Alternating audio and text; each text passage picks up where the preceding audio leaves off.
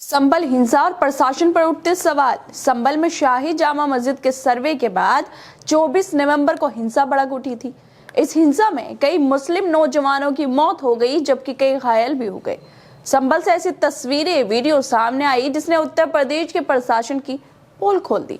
विपक्ष से लेकर संभल के लोग तो पुलिस पर सवाल उठा ही रहे थे, लेकिन अब एक चौंकाने वाली रिपोर्ट सामने आई है जो दिखाती है कि कैसे पुलिस वालों ने अवैध हथियार से लोगों को गोली मारी है। और गोली मारने के बाद पुलिस वाले उन लोगों को धमका भी रहे हैं कि तुम्हें जेल भेज देंगे, और जेल से बचना है तो तहरीर देनी होगी कि तुम्हें पत्थर से चोट लगी है। साथ ही 10 लोगों को झूठा नामजद भी करना पड़ेगा। सोचिए, ये बात संभल की पुलिस कर रही है, जो लोगों को गोली मार रही है और फिर कह भी रही है कि जेल से बचना है तो 10 बेगुनाह लोगों के नाम लेने पड़ेंगे। ये बेहद शर्मनाक काम है जो संभल में हो रहा है।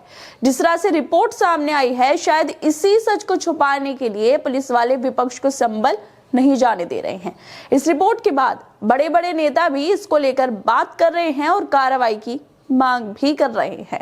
दरअसल संभल में शाही जामा मस्जिद के दोबारा सर्वे करने को लेकर लोग प्रदर्शन करने लगे, लेकिन प्रदर्शनकारियों को रोकने की बजाय, उन्हें समझाने की बजाय उन पर गोलियां चलाई गई, जिसमें कितने घर के चिराग बुझ गए हैं, कितने लोग घायल हो गए हैं।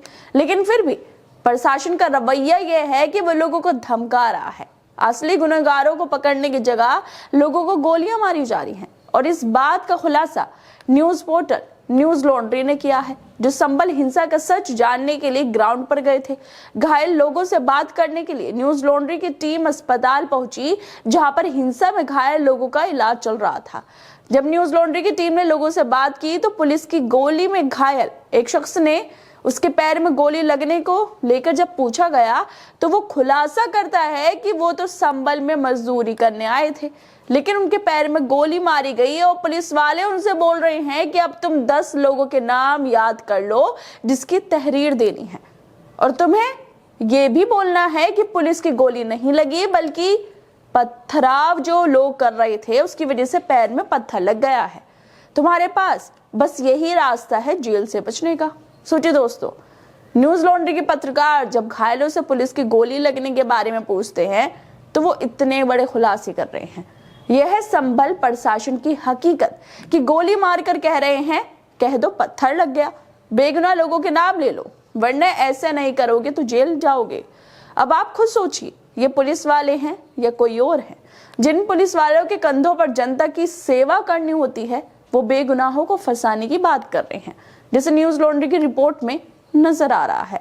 इस मामले को लेकर समाजवादी पार्टी के मुखिया और पूर्व मुख्यमंत्री अखिलेश यादव की तरफ से भी ट्वीट करते हुए कहा गया है कि महामहिम राष्ट्रपति जी और माननीय सर्वोच्च न्यायालय के अतिरिक्त अन्य किसी से इंसाफ की उम्मीद नहीं है। वीडियो के संज्ञान लेते हुए तुरंत देश की एकता और शांति के दुश्मनों को उनकी सही जगह पहुंचाया जाए।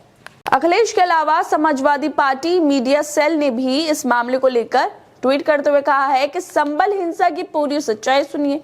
पुलिस ने इस मजदूर लड़के को अवैध हथियार से खुद गोली मारी, फिर इसे जेल भेजने का डर दिखाया और कहा कि जेल जाने से एक ही शर्त पे बचोगे, अगर तहरीर दोगे कि मुझे पत्थर से चोट लगी है, गोली से नहीं लगी, और 10 लोगों को झूठा नामजद करोगे तभी बचोगे। इस सच को योगी भाजपा सरकार बाहर नहीं आने देना चाहती है, और इसलिए संभल जाने से सभा के डेलीगेशन को पुलिस फोर्स के माध्यम से रोका जा रहा है। भाजपा योगी की पोल पूरे देश में खुल चुकी है कि इन्होंने ही दंगा फसाद हिंसा करवाई है, और अब सच छिपा भी रहे हैं, लेकिन सच बाहर आकर ही रहेगा। न्यूज लॉन्ड्री ने अपनी इस रिपोर्ट में और भी लोगों से बात की जिनके घर का चिराग प्रशासन की लापरवाही से बुझ गया है। संभल हिंसा में मरने वालों में एक 17 साल के मोहम्मद अयान भी है। अयान उनकी बूढ़ी विधवा माँ के लिए अकेले सहारा थे। वो एक होटल में वेटर के काम से रोजाना 200 रुपये कमाते थे।